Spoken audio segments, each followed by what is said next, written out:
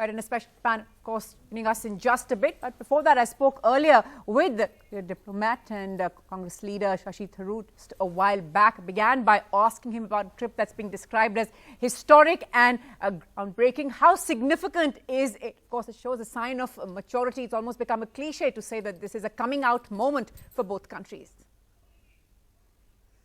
Well, look, undoubtedly, whenever an Indian Prime Minister goes to any country for the first ever time, that is historic. So I don't think it's an unfair word to use.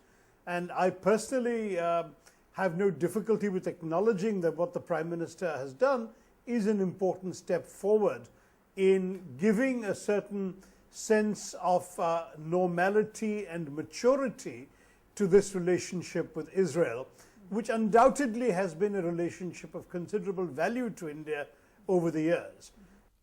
Our only concern in the Congress party, which is obviously very instrumental in having contributed to the momentum that has brought India and Israel to this point, our only concern has been that it's extremely important to ensure that this does not come at the expense of our long-standing commitment and principled support for the Palestinian cause.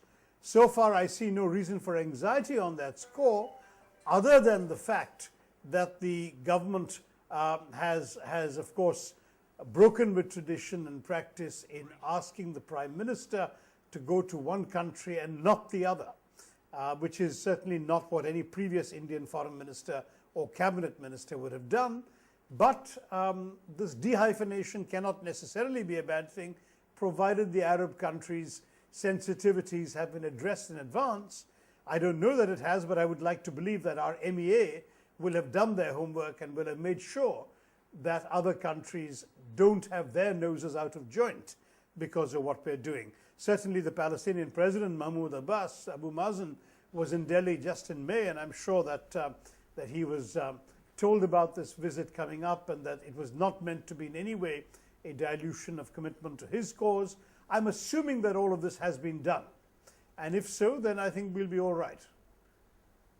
Right, we'll be all right. But perhaps one reason why we haven't really been hearing much from the Arab world, even diplomatic circuit really, has been the Iran factor. How significant do you believe that is? Of course, Pakistan has some terse words in editorials, which is, of course, to be expected. Well, look, Iran obviously has a very, very major enmity with Israel. We've had Iranian presidents like Ahmadinejad openly calling for death to Israel and that sort of slogan.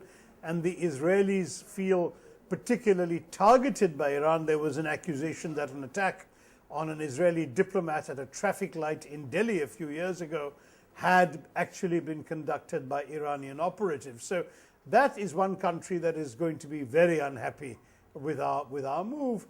But on the other hand, we don't allow any of our bilateral relationships to be hostage to the views of a third country.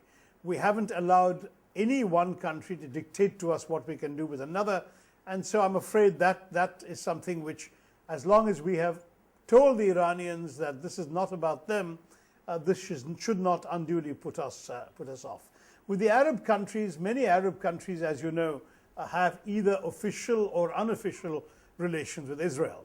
Egypt and Jordan, the two neighboring states of Israel, are indeed countries with ambassadors in Israel and vice versa, and they have a relatively quote-unquote normal relationship with Israel, so they can scarcely object to our visiting. The Palestinians are the ones who might most feel let down. I think that has to be attended to, and I hope it has been attended to. And one reason, of course, Mr. Tharoor, that has been said is responsible for us sort of not escalating the relationship to another level has been the sensitivity to Muslim opinion here in India. Many feel that India perhaps stayed away in the message it would send, any proximity with Israel would send to India's Muslims. That's something that Mr. Owaisi has also underscored yesterday, of course, highlighting the absence of a Ramallah visit. How significant do you believe that is? Well, look, domestic considerations are always important to a government.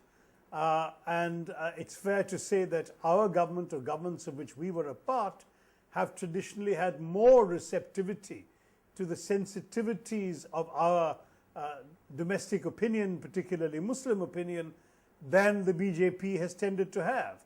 So this is really a question you need to address to the government. Are they indifferent to the views of Indian Muslims about this visit? Do they want to reach out to the Muslim community and explain why it's important, or do they just feel they'll have to lump it? As far as we are concerned, if we were in this position, certainly we would have conducted a certain amount of domestic outreach before committing to a visit like this, just to make sure that our own people understood why this relationship is important for India, which it certainly is, and why, therefore, the time had come to be open about the relationship. Time has come to be open and, of course, escalated to an other level, as we've been seeing. Like I said, it's being described as a marriage made in heaven. Those are the words that we used there to describe the relationship between the two countries, a marriage made in heaven there. Well, let's just get our other guests onto the program now. I'm joined by Abhijit Iyer Mitra, Senior Visiting Fellow, Institute of Peace and Conflict Studies, Vivek Karchu, former Secretary, Ministry of External Affairs, with us. We're also joined from Israel on Skype by Padmaja Ruparel, President and co-founder of the Indian Angel Network. The startup connection, of course, figuring very prominently in that dialogue there between the two leaders. Also joining us, Nicholas Blarel, Assistant Professor of International Relations, University, the Netherlands. Thanks all so much for taking out time to be with us on the program there.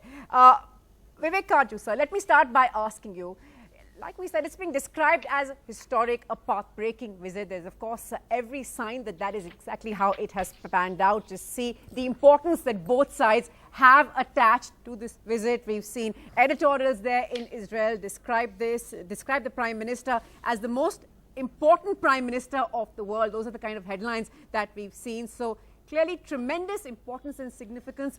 What has changed since the 90s, when, of course, there was just so much suspicion and a fair amount of angst also when dealing with Israel?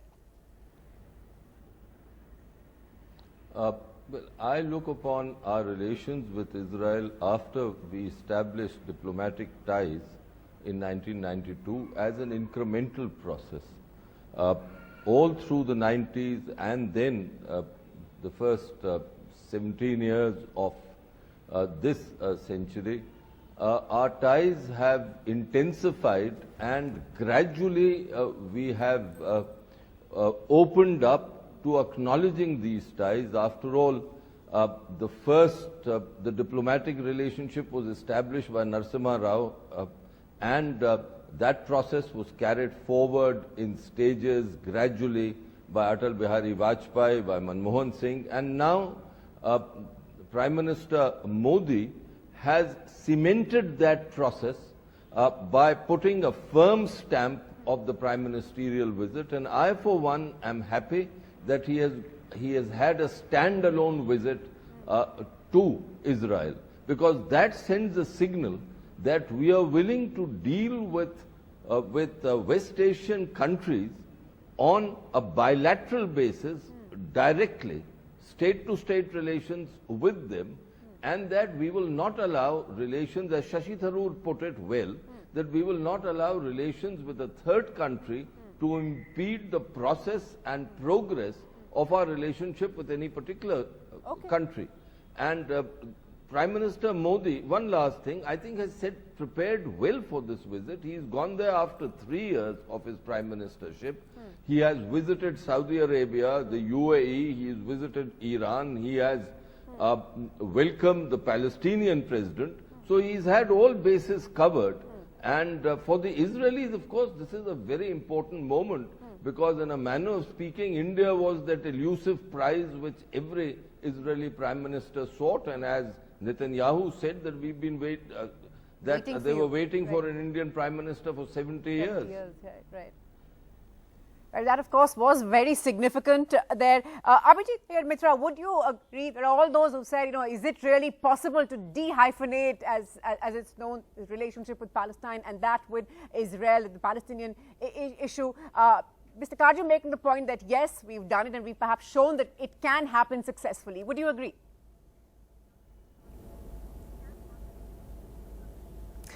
Absolutely. I think de-hyphenation is required, and I'm glad Modi's done it.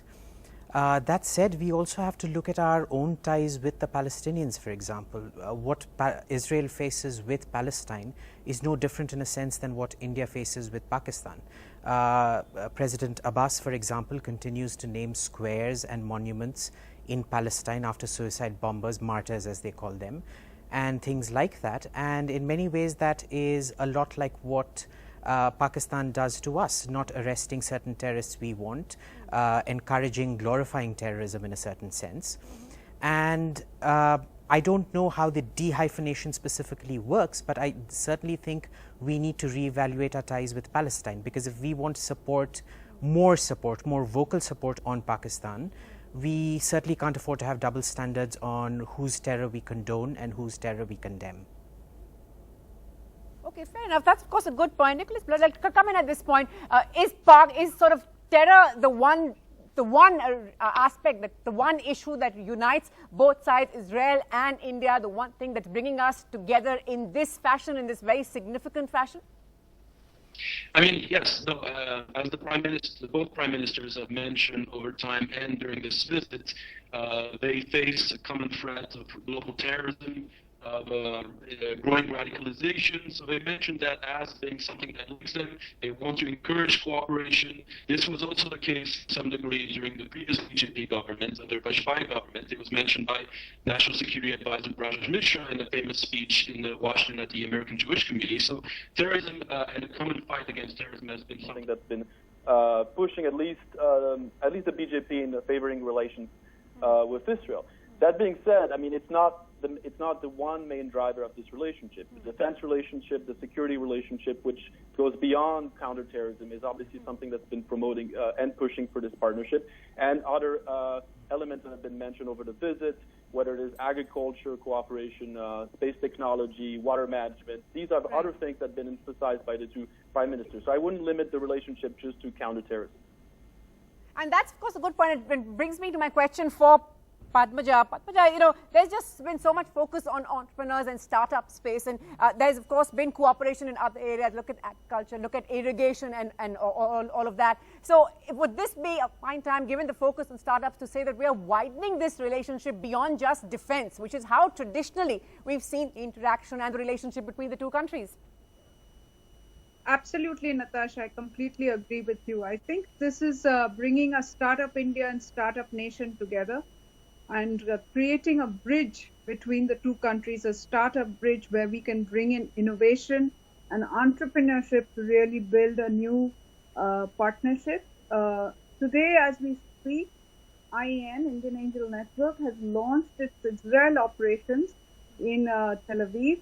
We are already looking at young startups. As we speak, we are listening to their pitches, diligencing them, and seeing how we can actually bring them into the investment fold and leverage our Indian markets. So it's a very interesting phase. We have spoken, there are Israeli investors who are looking at investing with us through the IAN network into India and other countries. So I think we are starting on something quite significant, quite historic, in creating a very new partnership which will hopefully bring benefits to both our communities. Okay.